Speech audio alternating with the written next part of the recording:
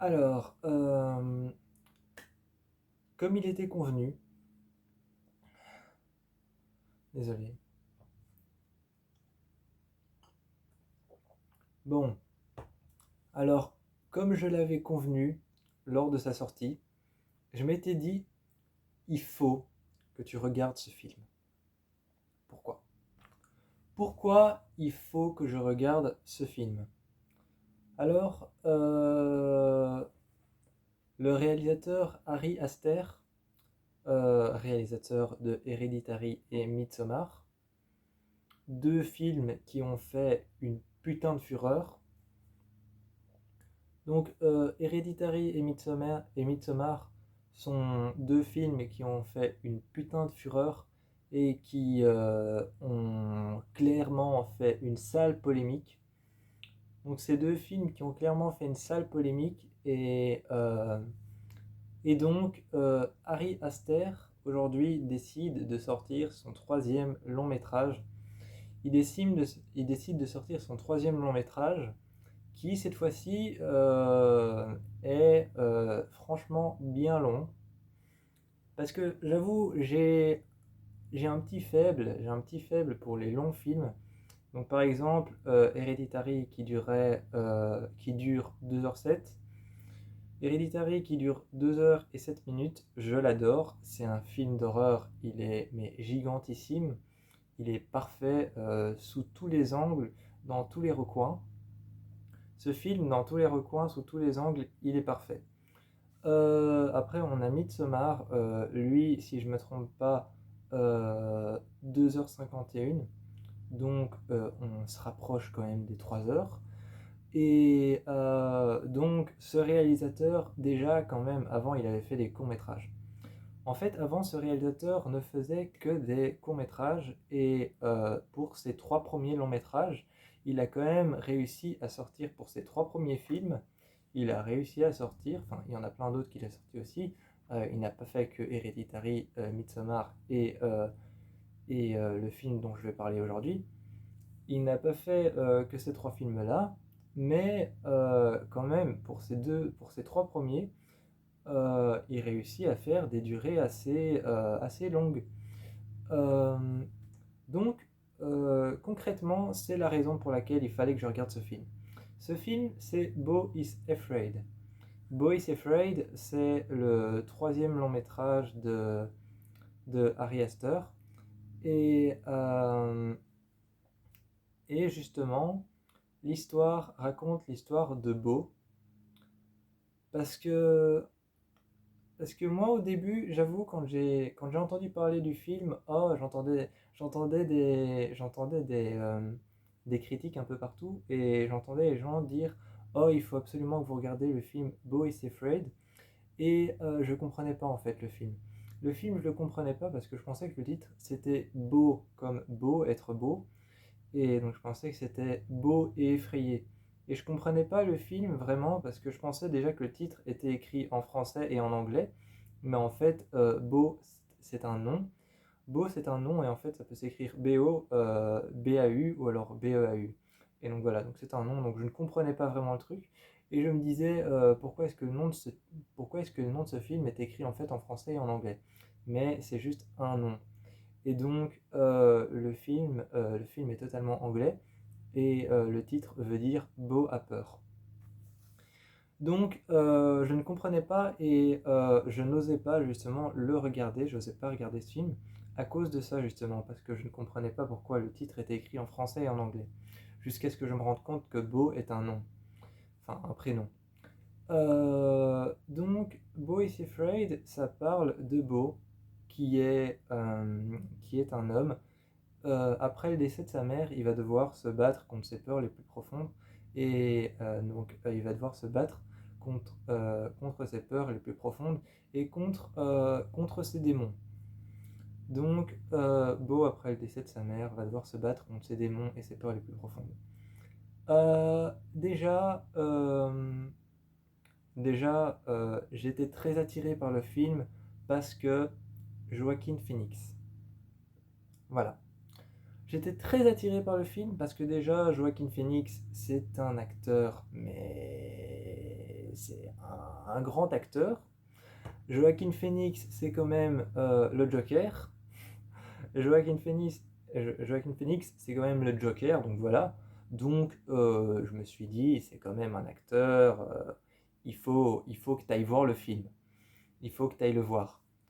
Et même si je sais que moi, j'adore les films d'1h30, généralement, j'aime bien. Les films d'1h50, j'adore. Les films d'1h55, j'aime vraiment. Et généralement, les films de 2 heures, c'est mon kiff. La plupart des gens autour de moi me disent, mais non, les films de 2 heures, c'est trop long, Hugo. Non, j'adore les films de 2 heures. Laissez-moi tranquille, j'adore les films de 2 heures. J'adore ça. Donc, généralement, les films d'1h50, c'est quelque chose aussi que j'aime bien. Euh,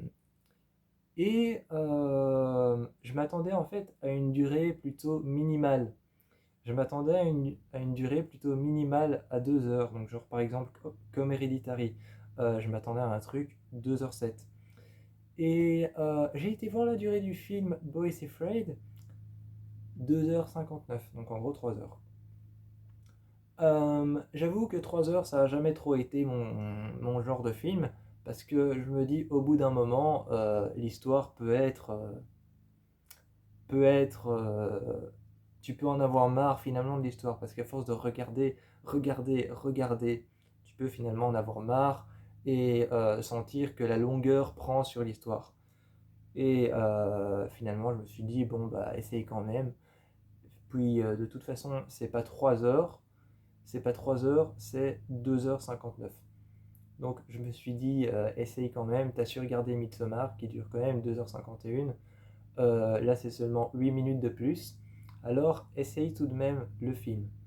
J'ai essayé le film et au début, je pensais qu'il n'y avait rien qui allait ressortir. Vraiment, au début, je pensais qu'il n'y avait rien du tout qui allait ressortir. Je pensais que ça allait être le néant. Je pensais vraiment qu'il allait y avoir entre moi et Bo is Afraid, je pensais qu'il allait y avoir un trou noir. Je pensais que voilà, je pensais qu'il pouvait y avoir rien. Et finalement, le personnage de Tony pour moi est un personnage qui incarne la violence pure. Pour moi, le personnage de Tony est un personnage qui vraiment incarne même pas la violence pure, la violence à l'état pur en fait. Donc c'est vraiment, elle incarne la violence à l'état pur. C'est une jeune fille, hein, elle a genre 14 ans. Elle a genre 14 ans, c'est une jeune fille et son personnage est trop bien fait, quoi. Le personnage de Tony, déjà j'ai jamais entendu aucune fille s'appeler Tony. C'est pas une remarque sexiste ou féministe, hein, mais j'ai jamais entendu une fille s'appeler Tony. Euh, mais son personnage, je trouve qu'il est vraiment dans l'univers.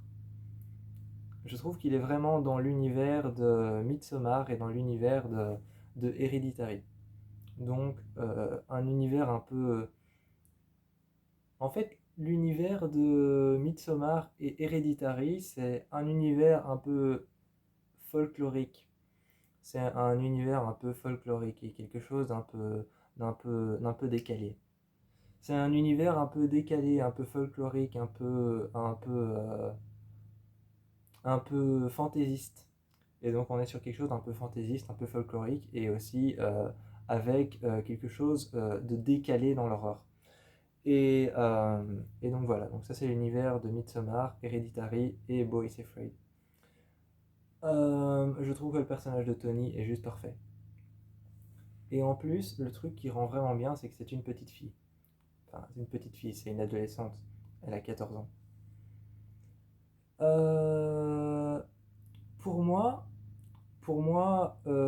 l'idée de départ pour moi, à mon avis, c'était de faire un film où tout le monde, toute la planète, enfin, l'idée de départ pour moi, vraiment, j'ai l'impression que son idée à lui, à Ari Aster, c'était peut-être de faire quelque chose avec des troubles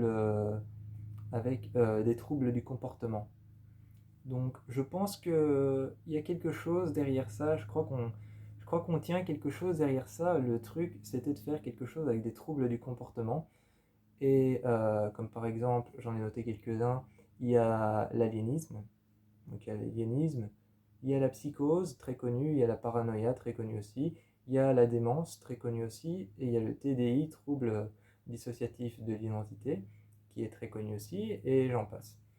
Et j'en passe parce que des troubles du comportement, il y en a plein. Déjà, le trouble du comportement est un trouble en soi. Mais à mon avis, l'idée de départ, c'était de faire quelque chose où tu te retrouves dans un monde où tout le monde a un trouble différent et une personnalité assez violente. Une personnalité donc assez violente et virulente. Euh, Le film, je pense pas que le film se vende vraiment pour son histoire horrifique, hein. Je pense plus que le film se vend pour son histoire fantaisiste.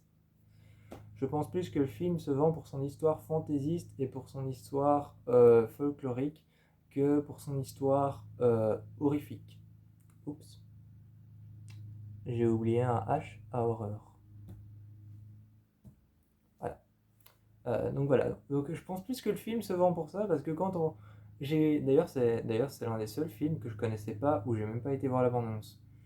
C'est l'un des seuls films que je connaissais pas où j'ai pas été voir la bande-annonce parce que d'habitude quand je connais pas un film, je vais voir la bande-annonce avant. Même si autour de moi on me dit oui mais Hugo quand tu connais pas un film, découvre-le, va le voir au cinéma si tu penses que ça va être bien ou si tu penses que ça va être pas bien. Va le voir au cinéma mais ne regarde pas la bande-annonce parce que la bande-annonce te livre un aperçu du film. Les gars, une bande-annonce c'est fait pour ça. Moi, vraiment personnellement, une bande-annonce, c'est fait justement pour te livrer un aperçu du film, mais sans t'en donner trop de détails. Mais beaucoup de gens autour de moi disent non, ne regarde pas les bandes-annonces, ça va te livrer des détails du film que tu vas connaître à l'avance et finalement tu te seras fait un spoiler du film tout seul. Une bande-annonce, c'est pas un spoiler. Une bande-annonce, c'est des petits morceaux qu'on prend dans le film et généralement on les fout à l'envers. Généralement, c'est des petits morceaux du film, généralement, on prend aussi dans les films d'horreur, on prend les passages qui font peur. Dans les films d'amour, on prend les passages qui sont romantiques. Et dans les films d'humour, on prend les passages qui sont drôles et généralement, on les fout tous à l'envers et on essaye de créer une histoire avec chaque passage.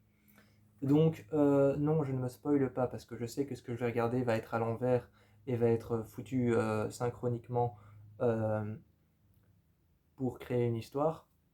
Mais non, je me spoile pas. Donc moi, je vais voir les bandes annonces. Qui se disent, oui, bon, on va se spoiler, donc je regarde pas les bandes annonces, c'est votre choix. Mais bon, moi, je vais voir la bande annonce du film que j'ai envie de voir. Parce que déjà, de un, je ne vais pas voir un film à l'aveugle au cinéma. Parce que si je ressors du cinéma avec une déception, ah là, ça va être un peu chiant. Je vais râler.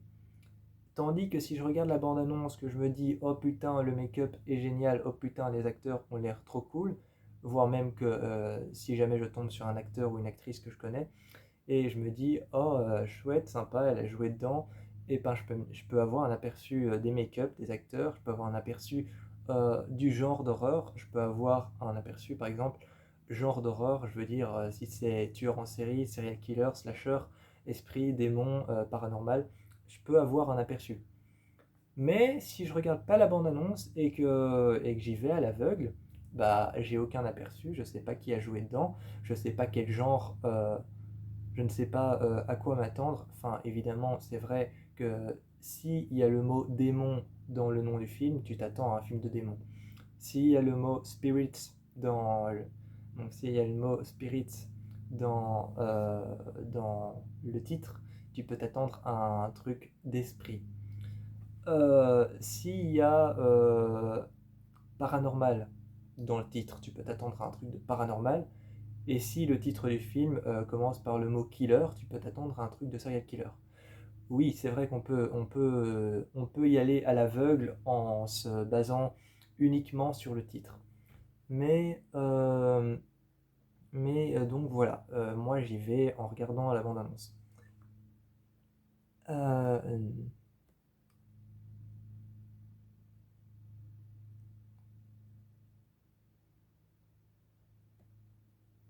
euh, l'effet du film, bien qu'il soit, l'effet du film, bien que monotone, vraiment, je trouve qu'il est génial. Je trouve que le film est génial, bien que l'effet du film soit très monotone, donc toujours sur la même longueur d'onde. On est vraiment toujours sur la même longueur d'onde et toujours sur une ligne droite qui ne s'arrête jamais, jusqu'au bout des... Enfin, si, qui s'arrête, hein. Elle s'arrête au bout des 3 heures, des 2h59, elle s'arrête à la fin, mais on est vraiment sur une ligne droite et on est sur une longueur d'onde euh, plate. Donc, bien que monotone, le film est cool. Mais ce que j'aime bien en fait dans l'ambiance du film, c'est que le film fait peur. Le film fait peur, mais comme c'est un film d'horreur comédie, justement le film est très placé sur la comédie. Le film est très placé sur la comédie et est très placé sur les remarques drôles, sur les situations drôles et le fait de faire peur avec de l'humour. Donc le film est très placé sur le fait de faire peur avec de l'humour, les remarques drôles, les situations drôles et autre chose dans ce genre-là. Euh, j'ai fait un lapsus. J'ai fait un lapsus. Ce film est tellement placé sur ce genre de choses.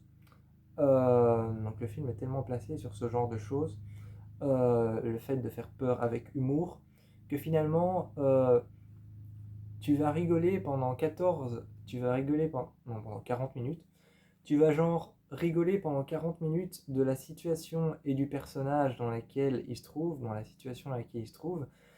Ensuite, après la situation, tu vas rigoler d'une remarque qu'il a fait. Et juste après, il y a quelque chose qui va arriver, quelque chose d'horrible. Et justement, c'est là que j'aime bien comment le film fonctionne. C'est qu'il te fait rigoler pendant 40 minutes.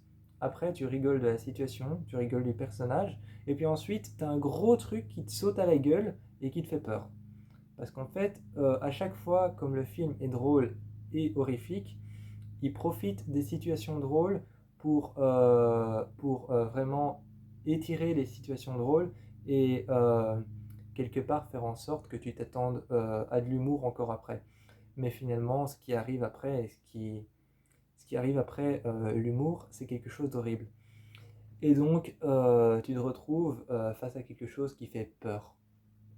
Et c'est vraiment, et c'est vraiment un jeu sympa, c'est de te faire peur pendant une longue durée, et puis pendant un petit moment de te mettre un gros truc qui fait peur, et de refaire peur pendant une longue durée, et de mettre un petit truc qui va de nouveau, encore une fois, te refaire peur, vraiment peur, et tu continues comme ça pendant tout le film. Euh, le film, le film commence avec quelque chose qui aurait pu être sympa, parce que c'est vrai qu'il y a certains moments du film où je me suis fait chier, hein. Il y a certains moments du film, je vais pas dire le contraire, où je regardais le film comme ça. Donc je commençais un peu à me faire chier, j'étais un peu comme ça. Et genre, comme si je regardais l'écran sans intérêt. Euh, le film commence avec Beau qui a perdu ses clés. Donc le film commence avec Beau dans son appartement qui a justement perdu ses clés et il les retrouve plus. Et moi je me dis, c'est mon opinion à moi, et je me dis, quelque part, si Harry Astor, le réalisateur et scénariste de Hereditary, Midsommar et Boy is Afraid, avait peut-être choisi de faire quelque chose où on part sur un homme qui perd ses clés et il se retrouve enfermé dans son appartement et finalement il doit trouver une solution pour sortir et il sort de son appartement mais plus il sort, plus il rencontre des situations dangereuses du monde extérieur et finalement il rencontre un démon, puis un esprit, puis une malédiction, puis un rituel. Et si on avait fait quelque chose comme ça, où quelqu'un essaye de retrouver ses clés pour une raison XY, et que dehors, il se met à se rendre compte que le monde de dehors est dangereux et qu'il rencontre des démons ou des esprits, ça aurait pu faire quelque chose de bien. Enfin, je dis pas que le film est mauvais, je dis pas que le film est mauvais, le film est juste long et de temps en temps, t'as un peu envie de regarder le film comme ça. Euh, mais si on avait fait quelque chose comme ça, il y aurait une intrigue et plusieurs choses qui auraient pu se faire. Il y aurait pu y avoir une intrigue sur un démon, une intrigue sur les clés, sur le fait de retrouver ça, une intrigue sur le monde de dehors et une intrigue sur les rituels. Enfin bon, bref. Donc voilà. Euh,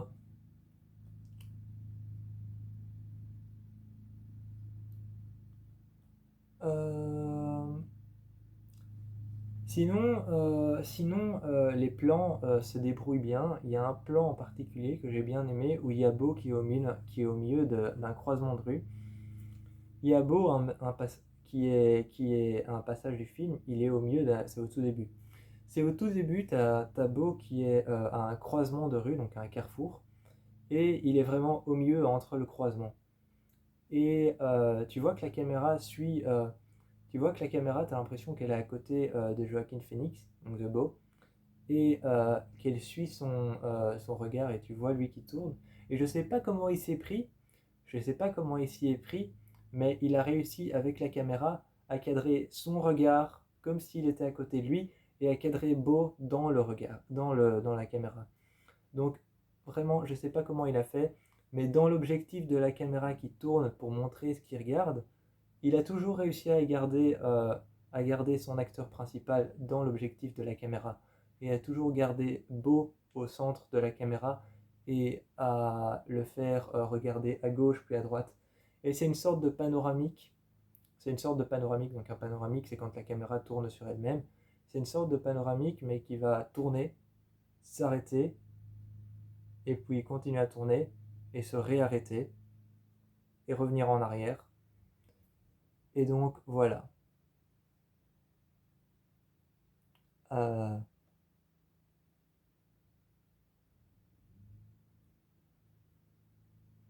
Il y a aussi, il y a aussi cet homme, un tueur en série qui est nu, complètement nu.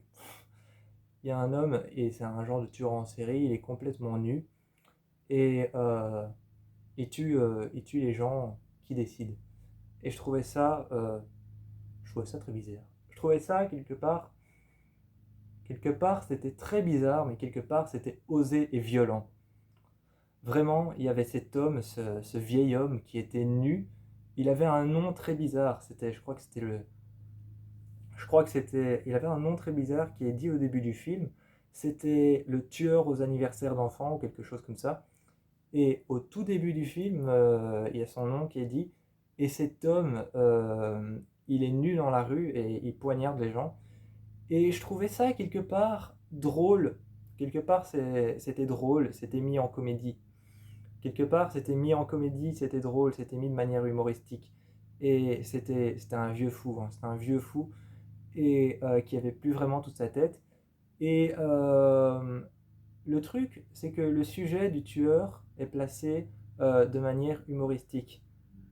Mais les intentions du personnage sont placées de manière horrifique. Et je trouvais ça assez intéressant. Le fait qu'il soit nu, c'était mis de manière humoristique. Le fait qu'il poignarde des gens et qu'il soit couvert de sang et entièrement nu et que ça soit lié je sais plus comment on appelle les gens qui vont dehors. Euh, donc, je sais plus comment on appelle les gens qui vont dehors tout nus, mais le fait que ce soit lié à ça euh, et que ce soit quelqu'un qui tue les gens, c'est mis de manière horrifique, mais de manière humoristique. Et c'est ça qui est intéressant dans ce personnage qui n'apparaît que pendant quelques secondes. Enfin, il apparaît pendant une scène dehors à la fin du film. Au début du film. Au début du film, il apparaît pendant une scène et il apparaît à la télé. Il apparaît à la télé dans l'appartement de Beau. Il apparaît dans une autre scène dehors. Et donc je crois que pendant deux trois scènes, ensuite on ne le voit plus. Mais c'était un beau coup de gueule. C'était vraiment un beau coup de gueule, ce truc pour faire peur, c'était un beau coup de gueule parce que c'était placé de deux manières différentes en même temps. Tu savais pas, quand tu voyais ça, tu savais pas si tu devais rire. Tu savais pas si tu devais rire parce que c'était un vieux qui avait perdu la tête et qui avait un couteau en main et qui poignardait les gens et qui était complètement à poil, donc tu savais pas si tu devais rire. Et quand tu voyais la tête des cadavres et des personnes qui l'avaient mutilé et poignardé, là, tu savais pas si tu devais avoir peur ou rigoler parce qu'il était là. Et donc, c'est un chouette mélange. Euh, ou alors, par rapport aux autres films de Ari Aster, il y a cette scène avec une trappe, d'escalier dans le grenier qui sont mis sur les toits dans les maisons. Et donc, il y a cette scène où on voit, d'ailleurs, la trappe, elle est entièrement en noir. Ari Aster, il fait souvent ça. Dans Hereditary, il y a une sorte de cabane, une cabane qui est dans les arbres. Donc, il y a une cabane en bois dans les arbres. Et à la fin de son film, au lieu de filmer entièrement la cabane de l'extérieur, donc avec les murs, avec les façades et avec les fenêtres, il a juste comme s'il avait tranché la cabane en deux et qu'il avait filmé au milieu. Et donc il y a la cabane qui est comme coupée en deux et tranchée en deux morceaux. Et là, il a rejoué sur ce même truc et il a rejoué sur ce même truc et il y a la trappe qui est ouverte. Il y a la trappe qui est ouverte et tu vois la trappe qui tombe et il y a un escalier qui monte dans le noir et t'as juste l'escalier, enfin c'est pas un escalier, c'est une échelle. T'as juste l'échelle qui est blanche et qui est éclairée et t'as juste la trappe qui tombe qui est éclairée. Et le reste est complètement dans le noir et juste en face t'as le personnage, la mère de Beau, qui est elle aussi éclairée et t'as cette trappe qu'on ne voit pas, mais on voit la fermeture de la trappe qui pend et qui est éclairée comme l'échelle, et derrière il fait entièrement noir. Donc encore une chose qu'il a réutilisée de Hereditary. Euh, D'ailleurs, je sais pas, d'ailleurs, je sais pas si vous préférez que je dise Hereditary ou Hérédité, parce qu'il y a eu un gros débat là-dessus. Il y a eu un gros débat là-dessus. Beaucoup de gens disaient qu'il fallait dire héréditary et beaucoup de gens disaient qu'il fallait dire hérédité. Donc voilà. Moi j'ai toujours dit hérédité. Euh, donc aussi, il y a une scène qui m'a intrigué particulièrement au début du film. Tu vois Beau qui est bah, dans la même position que moi en fait. Tu vois Beau qui est dans la même position que moi et il est assis sur un échafaudage de chantier et devant lui il y a un ouvrier avec j'allais dire avec une scie sauteuse. Il y a un ouvrier juste devant lui qui est avec une visseuse et qui est en train de qui est en train de visser sur le mur et ça fait plein de sciures de bois. Ça fait plein de sciures de bois qui tombent au-dessus de Beau. Et cette scène m'a intrigué parce que tu savais pas pourquoi elle était là. Tu savais pas pourquoi cette scène était là, elle n'avait pas réellement d'importance. Mais quand tu vois l'ouvrier qui scie avec qui perce avec sa visseuse, parce que si avec une visseuse ça va être compliqué, mais quand tu vois l'ouvrier au-dessus de Beau, qui est avec sa visseuse et qui perce le bois avec, avec sa visseuse et que tu vois toutes les sciures de bois qui tombent au-dessus de Beau qui est comme ça et qui regarde à côté de lui, je, je sais pas vous, mais la première chose à laquelle ça m'a fait penser, c'est une interprétation directe d'une métaphore du fait qu'il neige. Je sais pas pourquoi, ça a été ma première interprétation, c'était ma première interprétation, c'était peut-être une métaphore du fait qu'il neige au-dessus de lui, donc ce côté fantaisiste et folklorique du film.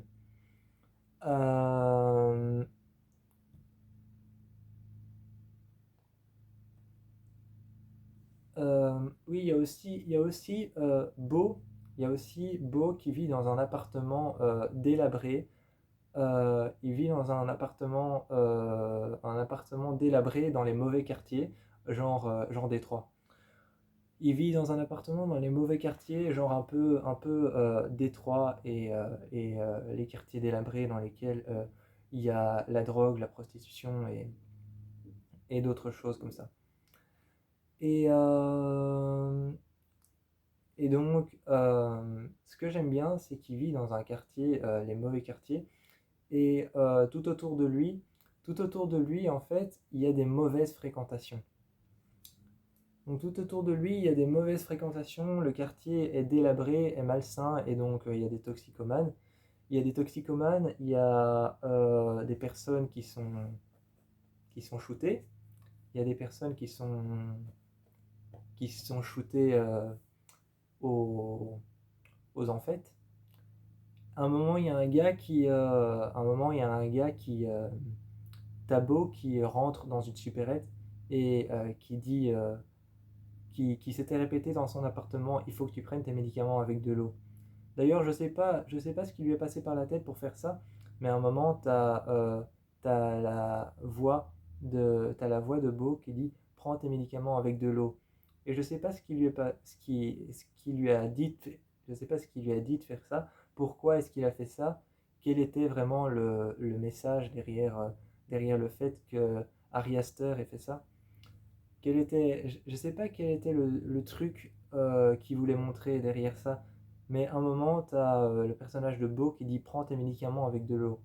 Et tu as sa VF qui continue et qui dit avec de l'eau, avec de l'eau, avec de l'eau, avec de l'eau, et qui continue en écho derrière. Et j'ai pas compris quel était le. C'est peut-être le fait de montrer qu'il est paranoïaque ou qu'il a. C'est peut-être le fait de montrer qu'il est paranoïaque ou qu'il est en stress ou qu'il est en plein délire, mais j'ai pas compris. Et il arrive dans cet endroit et il y a un gars qui le suit et qui dit est-ce que tu peux m'aider, tu peux m'aider, tu peux m'aider, est-ce que tu peux m'aider, est-ce que tu peux m'aider? Et il répète la même phrase tout le temps. Il dit tu peux m'aider, tu peux m'aider, tu peux m'aider, est-ce que tu peux m'aider, est-ce que tu peux m'aider? Et donc voilà, il répète la même phrase. Et ça, c'est un gars sous amphétamine. Et donc, il y a un gros rapport à la drogue. Il y a un gros rapport à la drogue et un gros rapport aux amphètes et aux médicaments. C'est deux choses différentes, hein. Il y a la drogue et il y a les médicaments. Donc il y a un gros rapport par rapport à ça, parce que déjà le personnage principal prend des médicaments. Il y a les médicaments comme ce gars qui était sous amphétamine. Il y a de la drogue. Donc il y a un gros rapport à ça. Il y a aussi un truc dans son appartement, tout le monde traite Beau comme un chien. Dans son appartement, tout le monde traite Beau comme un chien, tout le monde le traite comme une mauvaise personne, en gros, tout le monde lui gueule dessus, tout le monde lui gueule dessus, tout le monde lui crache dessus, tout le monde, voilà. Et, euh, et le premier plan de son appartement, il est traité comme dans un asile psychiatrique. J'ai trouvé ça bien parce que le premier plan de son appartement est traité comme dans un asile psychiatrique. En fait, t'as Beau qui sort et t'as la porte qui s'ouvre. Et il sort et il regarde à gauche et à droite comme s'il n'était pas sûr de lui. Et il y a un gars qui arrive tout au bout du couloir et qui le regarde comme s'il allait le menacer. Et c'est celui qui nettoie les sols et il regarde comme s'il allait le menacer avec son balai en main. Et t'as, t'as le gars qui fait une réflexion, qui fait une remarque pas sympa. Et t'as Beau qui est dans le couloir et qui lui dit attendez, pourquoi est-ce que vous me dites ça? Et qui commence à lui courir après et qui lui dit pourquoi est-ce que vous me dites ça? Et c'est un peu justement l'archétype. C'est un peu traité comme dans un asile psychiatrique avec ce couloir. C'est un peu traité comme dans un asile psychiatrique avec ce couloir, avec une centaine de portes qui se font face. Donc c'est un peu traité comme dans un asile psychiatrique avec ce couloir très long, avec une centaine de portes qui se font face. Et tu as une des portes qui s'ouvre et tu as un homme qui sort lentement, qui regarde à gauche et à droite. On lui fait une réflexion et il demande pourquoi on lui fait cette réflexion et il réagit un peu comme un enfant. Donc c'est un peu traité comme dans un asile psychiatrique, je ne sais pas si c'est volontaire ou non. Sûrement que oui, sûrement que c'était volontaire. Euh, et donc, il y a aussi ce passage où un moment il téléphone à sa mère, et donc il est au téléphone, et il doit prendre un avion, et il dit que son avion part à telle heure. Il dit à sa mère que son avion part à telle heure, dans telle minute, et pour telle destination. Et quand il doit partir, t'as sa mère qui lui répond: mais enfin, c'est dans 5 minutes. Et elle répond en fait sèchement. Elle répond sèchement en disant: mais enfin, c'est dans 5 minutes, prépare-toi, Beau, qu'est-ce que tu fais encore à ton appartement? Et tu vois Beau qui répond de manière très calme et très posée, et de manière gentille même, et très calme et très posée, euh, il répond: oui, oui, je me prépare, je suis désolé. Euh, et donc voilà, il répond très calmement, très gentiment à sa mère, et à sa mère qui lui répond, très sèchement: tu peux me le dire si tu voulais pas me voir. Donc tu as sa mère qui lui répond de manière très sèche: Beau, tu peux me le dire si on doit reporter, si tu veux pas me voir, tu peux me le dire, mais elle dit ça de manière très sèche et très brutale. Et donc, cette violence qu'il y a dans l'appartement avec les personnes qui le traitent comme un chien, c'est idem avec sa mère. Euh,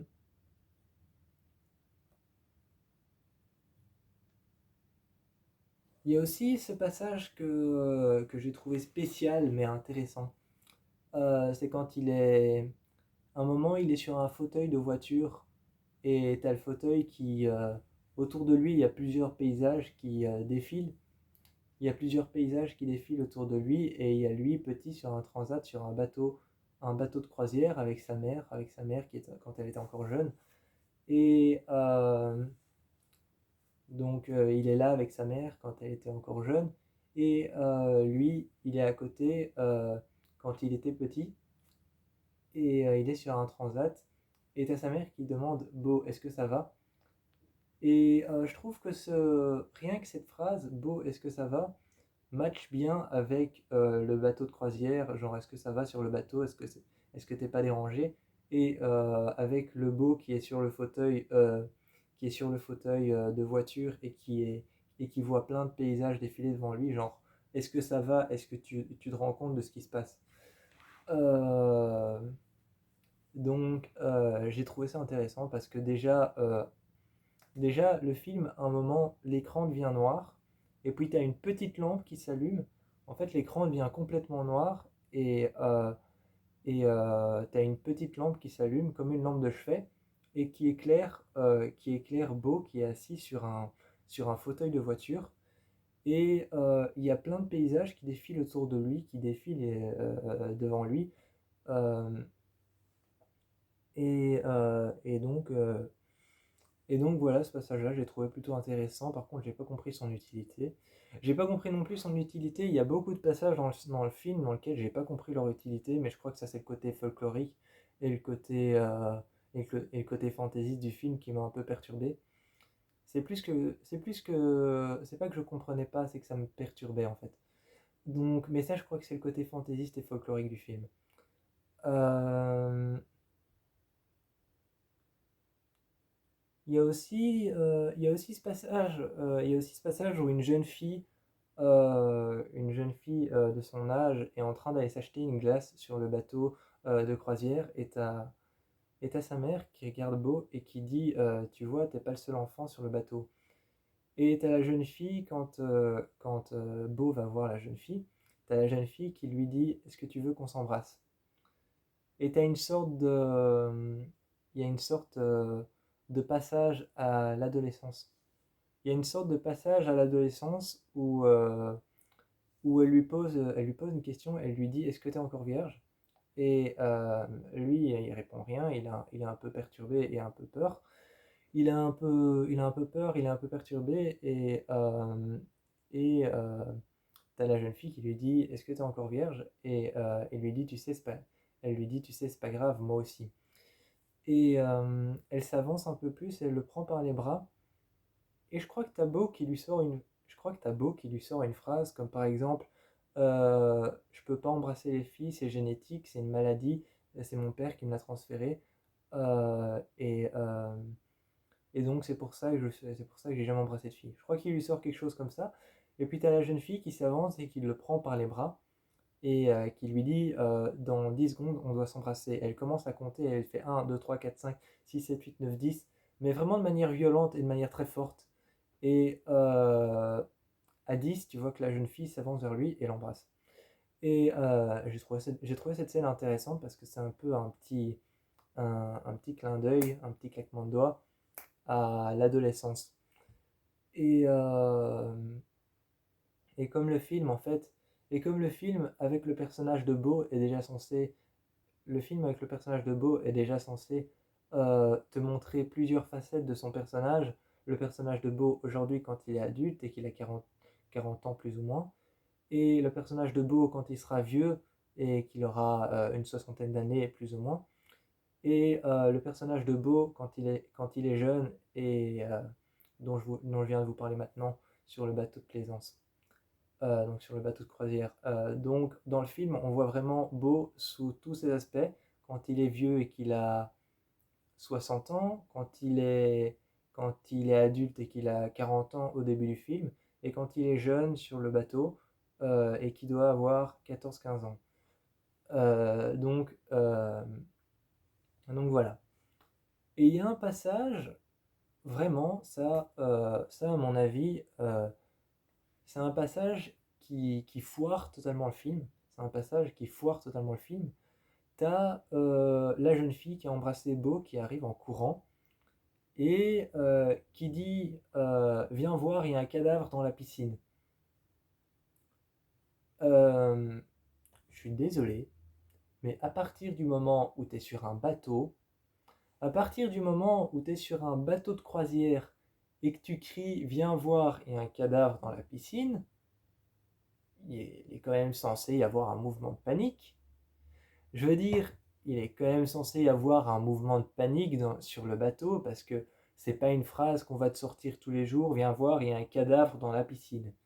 Donc il est quand même censé y avoir un mouvement de panique. C'est peut-être parce que c'est un souvenir, c'est peut-être parce que c'est un souvenir et qu'on voit Beau sur le fauteuil de voiture qui est en train de regarder qui est en train de regarder ce qui se passe sous ses yeux et qui est en train de se regarder quand lui il était jeune.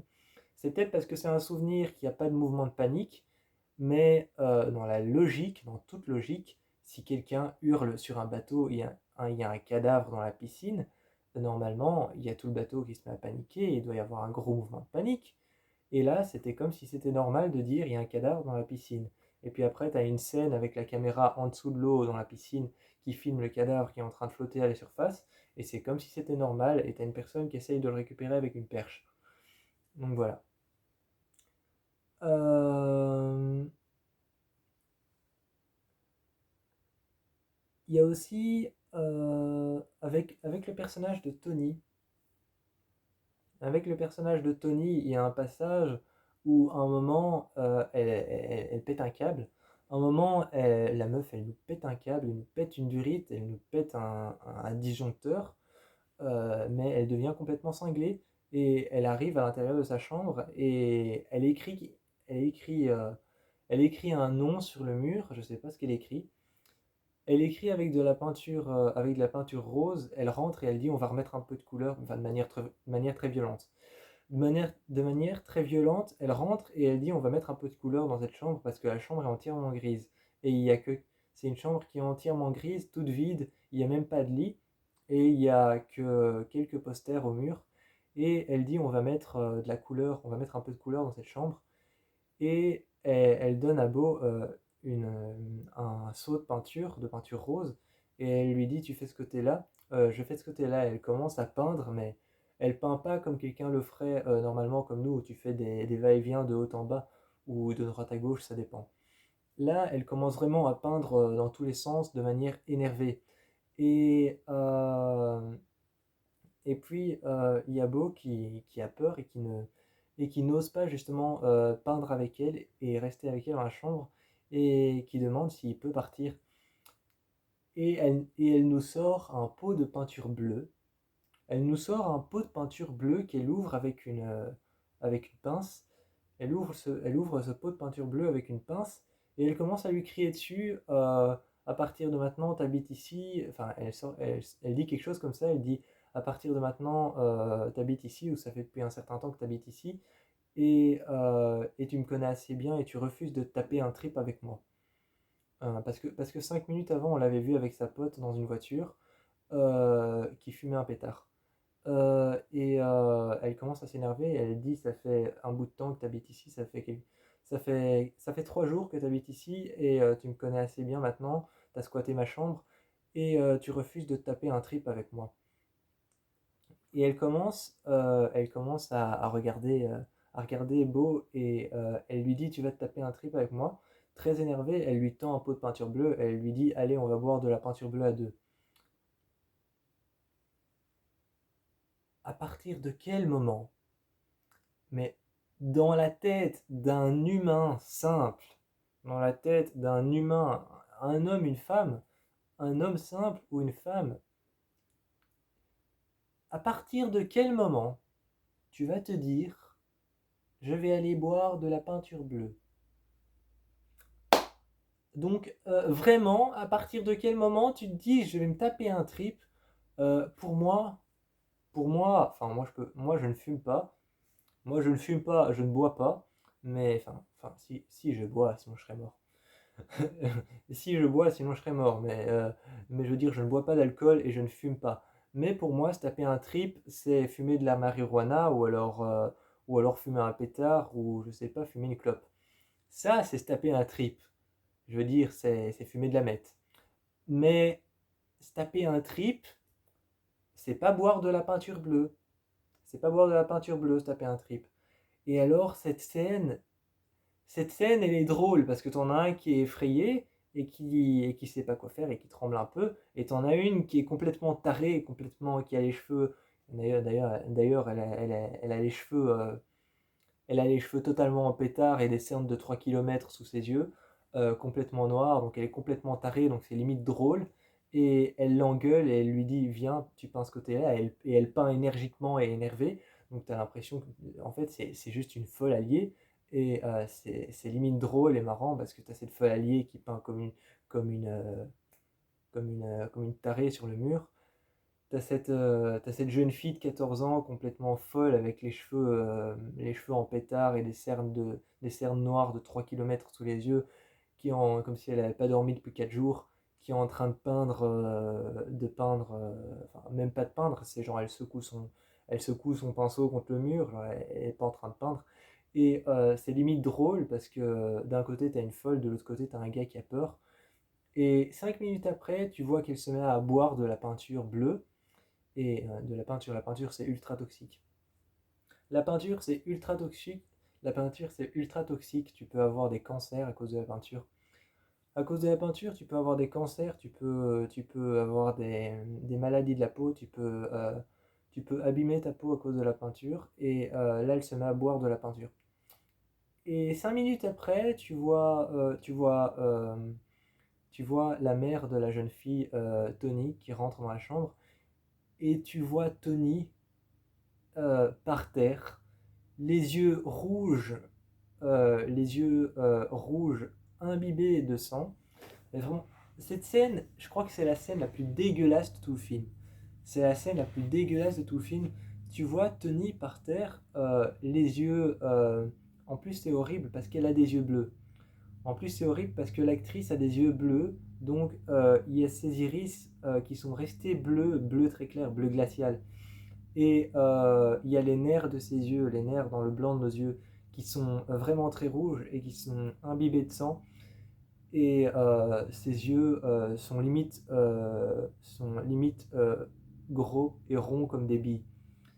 Et ça fait super peur. Et tu vois que son corps, il est tout mou et tu vois que son corps est tout mou et tout relâché parce qu'elle est morte, donc il n'y a plus aucun réflexe. Elle est morte, donc il n'y a plus aucun réflexe et plus aucune rigidité. Et enfin, il y a ce qu'on appelle la rigidité cadavérique, mais c'est autre chose. Il y a ce qu'on appelle la rigidité cadavérique, mais c'est autre chose. Et donc, tu vois que son corps est complètement relâché et qu'elle est morte et que c'est fini. et t'as sa mère comme ça et cette scène est dégueulasse, elle est vraiment très flippante. Donc là, vraiment, j'avoue que chapeau l'artiste. Mais juste seulement, à partir de quel moment tu te dis je vais boire de la peinture bleue pour me taper un trip, au lieu de fumer de la meth et de te fumer une bonne... hein, ne suivez pas cet exemple, hein, les enfants. Euh, mais bon, voilà. Euh,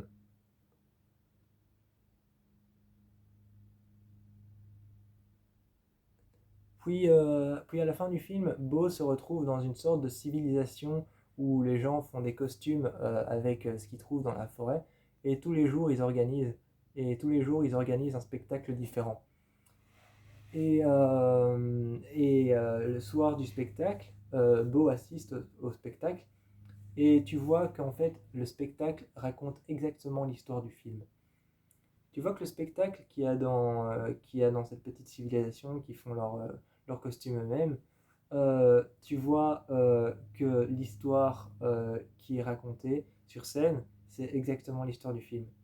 Et c'est un peu chiant parce que le film se raconte comme s'il n'était pas assez explicite.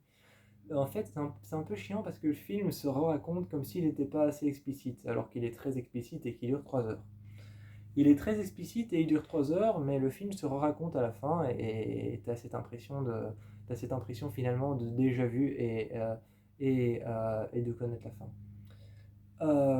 Donc tu as cette impression de connaître la fin et d'avoir déjà tout vu, mais Ari Aster arrive finalement quand même à nous surprendre parce que à la fin du spectacle ou au début, non c'est au début du spectacle, quand ils sont tous en train de choisir leur costume avant de monter sur scène, t'as le jardinier de la maison dans laquelle ils se trouvent qui arrive avec une mitraillette à la main et qui commence à tirer dans le tas.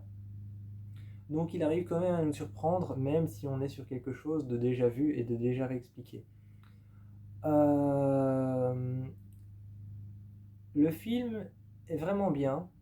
Le film est vraiment bien, sauf que il y a un seul truc, c'est que pendant tout le film, Beau est soigné par des personnes. Pendant tout le film, Beau est soigné par une famille, par la famille de Tony dans leur maison, et pendant tout le film, tu vois leur maison principalement. Et à la fin du film, il prend une voiture, ils arrivent sur les routes et ils arrivent devant une maison noire et tu sais pas d'où sort cette maison. Tu sais pas d'où sort cette maison, tu sais juste que cette maison appartient apparemment à sa mère, qui serait sa deuxième maman, sa mère adoptive, si j'ai bien compris. Si j'ai bien compris, cette maison qui surgit de nulle part, apparemment ce serait la maison de la femme qu'il a considérée comme sa mère et qui l'aurait repris et soutenu après le décès de sa vraie mère qu'on a retrouvée décapitée. D'ailleurs, le décès de sa mère, la mort de sa mère est complètement floue. Et cette maison, elle sort de nulle part et à la fin, il y a une sorte de dispute entre deux. Et à la fin du film, tu te retrouves dans une sorte d'arène sur laquelle il est sur un bateau à moteur. J'ai pas compris la fin. Vraiment, à la fin, je comprenais pas parce que tu te retrouves dans une maison qui surgit de nulle part avec une deuxième maman alors que sa mère a été retrouvée dans son salon décapitée par un lustre. Un lustre lui est tombé sur la tête et sa tête est partie trop en arrière, donc décapitée. Et donc voilà. Et donc à la fin, tu te retrouves dans cette maison et il y a de nouveau cette scène avec la trappe qui arrive, sauf que cette fois-ci c'est elle et lui. C'est pas sa mère et Beau quand il était jeune. Et tu te retrouves à la fin dans une sorte d'arène, une arène romaine. Sauf que il n'est pas sur terre, il est sur de l'eau et il arrive dans une sorte de tunnel. Et il y a une sorte de condamnation, il y a une sorte de condamnation avec un juge qui commence à raconter les choses qu'il a faites quand il était jeune et qui sous-entend qu'il a maltraité sa mère, qu'il a malmené sa mère et que sa mère n'en pouvait plus et qu'il a essayé de la pousser à bout et qu'il faisait exprès quand il était jeune. Et, euh, et donc voilà, la fin pour moi était un peu trop what the fuck, mais sinon le film en soi est pas mal et je vous encourage quand même à aller voir, je vous encourage quand même à aller voir Beau It's Afraid. Je vous encourage quand même à aller voir ce film, Beau It's Afraid, même si la fin pour moi était trop pas compris. et que le film était beaucoup trop long. Mais je vous fais plein de bisous et je vous encourage à aller voir Boy is Afraid.